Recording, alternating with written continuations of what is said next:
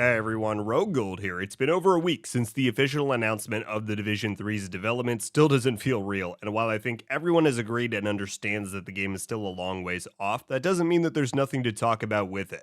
And today, I want to focus on one aspect in particular, and that is to go over a small but very important list of reasons as for why I think the Division 3 has a much higher chance of being of a greater quality, of finding even higher success, and being of much greater satisfaction for players compared to the Division 2, and in some ways, even the Division 1. Now, to be clear, that's not me suddenly trying to say, oh my god, the Division 2 is so bad, or the Division 1 was. I have over 2,000 hours in each game, so clearly I enjoy them. However, I think it is very fair to say, specifically with the Division 2, that at launch, a lot of die-hard Division players felt very put off by some of the decisions that were made, the direction the game was taken in, particularly when compared to the point the Division 1 had reached after its 2.5 years of post-launch support. And like I said, I want to lay out what I think are some very compelling reasons as for why the Division 3 has a good chance to not follow the same path. So, hopefully that ends up being both informative and inspiring if you're someone who wants to see the best Division 3 there could possibly be, and if you want to stay up to date on the latest with the game's development, then consider clicking that subscribe button. I would greatly appreciate it.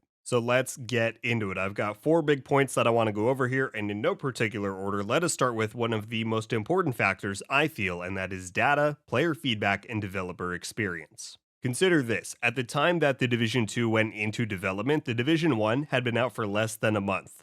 Less than a month. Just think about how much evolution and maturing both us as the player base and the development team has gone through since the first month of the Division 1. We went through patch 1.4, 1.6, 1.8, where many say Division 1 reached its height. We've now gone through the Division 2's launch, Warlords. The game is about to transform yet again next year with the Year 5 endgame redesign. My point is this, of course Massive were able to incorporate feedback and learnings from the Division 1 while they worked on Division 2, but that game was also made in under 3 years. They were booking their way through development, and with how game development works, once you lock some of those core fundamentals in, you can't change it, at least not if you want to meet your release date. And again, in Division 2's case, that all happened so early on in the Division 1's lifespan that not only did us as the players know so little about the game, what we liked, what we didn't like, Massive themselves were just beginning to truly understand how to handle a live game of the Division's caliber. And so, take that idea and compare it to this. When Massive sits around the table to lock in the Division 3's core vision and concepts, likely sometime next year, they will have close to, if not 8 full years of data, of player feedback, and purely of them having gone through those years of development to take into consideration. 1 month for Division 2, 8 years for Division 3.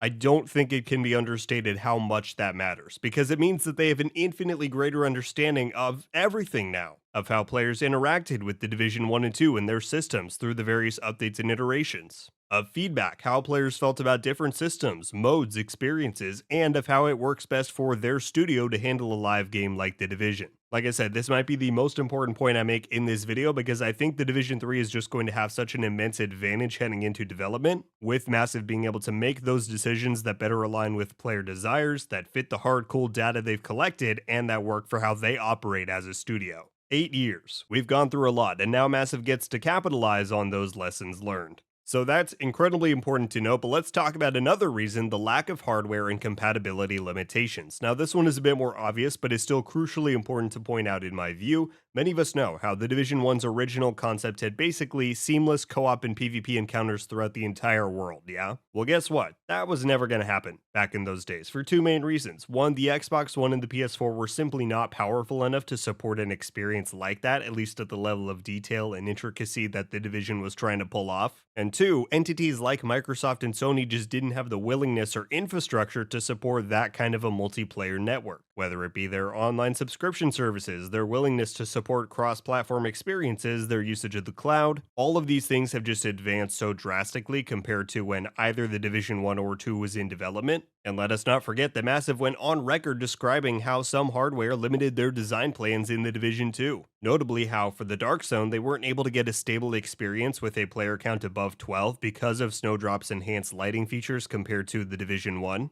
and the increased player customization options in the Division 2. The old console simply couldn't handle it, and therefore they had to change their design plans based on that. So my point is, we don't know if Massive will want to try and recreate what the original vision for the division was in Div 3. We don't know what they might do, but it gives me a lot of faith in knowing that whatever ambitions they might have and whatever features and systems they might want to design, they're going to face far less opposition when it comes to hardware and online infrastructure. Doesn't mean that there won't be challenges in other areas, but for that one specific aspect that went on record to disrupt plans they had in the Division 1 and 2, that will mostly no longer be a blockade.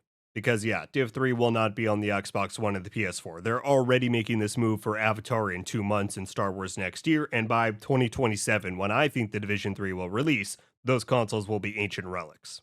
Next point, deadlines. Now I want to preface this section by saying that I don't have any evidence to support it, so dismiss it if you wish. However, it's just kind of a feeling I've developed over the years covering the Division and learning more about its creation. And that's that I think Ubisoft gave Massive a pretty hard deadline for the Division 2. I mean, they greenlit the sequel basically as the first one was coming out. I think Ubisoft was hard banking on Division being ultra successful. You know, the Division 1 had just broken the new IP sales record. And I think they wanted to keep pushing that competition with Destiny, who had just had a 3-year turnaround between their original game and the sequel. And I think Ubisoft said, we're doing that, mandating or at least moderately pressuring Massive to say, hey, you need to have this out by March 2019. Now again, I don't work at Massive, I was not on the Division 2's development team. Maybe they felt fully comfortable with the 3-year turnaround, and to be fair, the Division 2 launched with pretty high critical reception. However, in hindsight and from a player perspective, I think a lot of us would agree that a 6-month or even year delay to the game could have allowed Massive the time to implement some real feedback based on early testing, polish their vision for the game, and fix all of those nasty bugs. And so I bring all of this up because I think the Division 3 will not face any similar kind of issue. Marco Style actually brought this up in his Division 3 video that he did, so I have to give credit there for him popping the thought into my head. But if you look at Ubisoft as a whole these days, they are much more willing to delay titles now compared to, say, 5 to 10 years ago. Case in point, Skull and Bones. I mean, they seem determined to push that thing back even if the dev team were to say it's ready, or even our own Division Heartland got announced 2.5 years ago, and while they've never given the game a definitive release date, so we can't really say it's been delayed,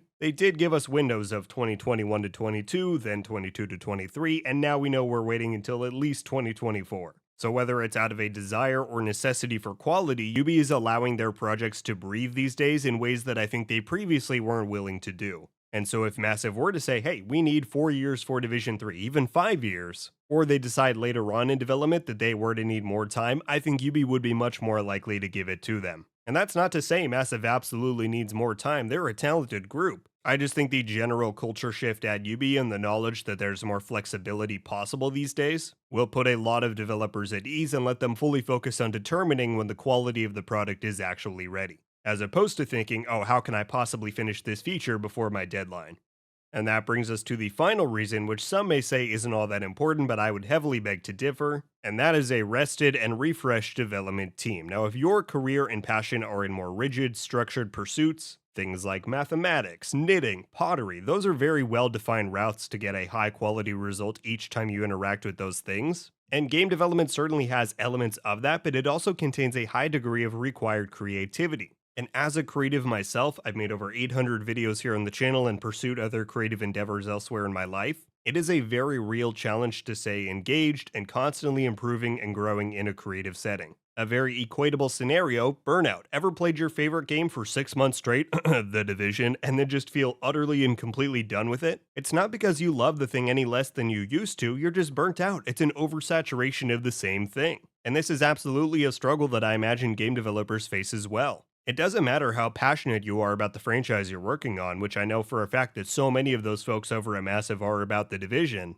but if you work on one franchise and world for 5, 6, 7, 8 or more years, which is how long some of those vets at Massive were on The Division from early Division 1 stuff up until Warlords, you're bound to burn out. Now, of course, that doesn't mean they're going to stop working on it. It's their job and they're getting paid for it. But it absolutely means that you start introducing the risk for a decrease in quality and a decline of new innovative ideas being generated. Now, as Division fans, I think we're fortunate that the main team's last endeavor was so masterful with Warlords of New York, but I'd wager that a lot of them were quite pleased to get to go and work on these other projects, like I said, despite their passion for The Division. Because as a creative, it is liberating, inspiring, dare I say necessary to have some variety in what you're working on. And so, now that these people have gotten the chance to go and work on very different projects, lush alien worlds like in Avatar or the wonders of space in Star Wars, I have no doubt that when they return to the division, it will be with a lot of excitement and energy. They've gotten to express themselves in different ways, they've gotten a chance to recharge their creative batteries, and they've also missed their studio's flagship IP. It's the exact same idea as when you hear people say, hey, you should draft an email and then go take your lunch break or sleep on it. And when you come back to it, you're almost sure to find an error that seems obvious, but it just wasn't registering with you after working on that one thing nonstop previously.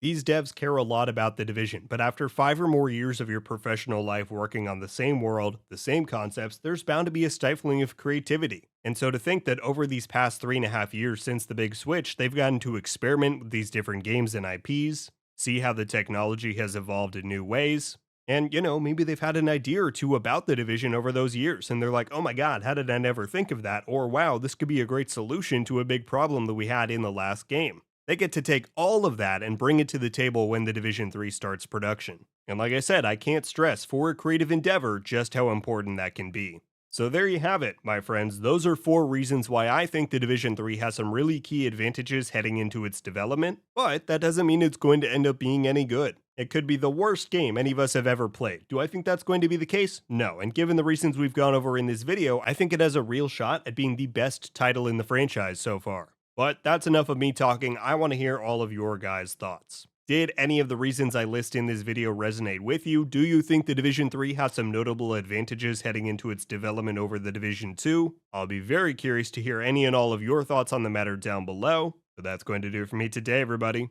Thank you all so much for watching. I'll see you in the next one. RogueGold. Ow.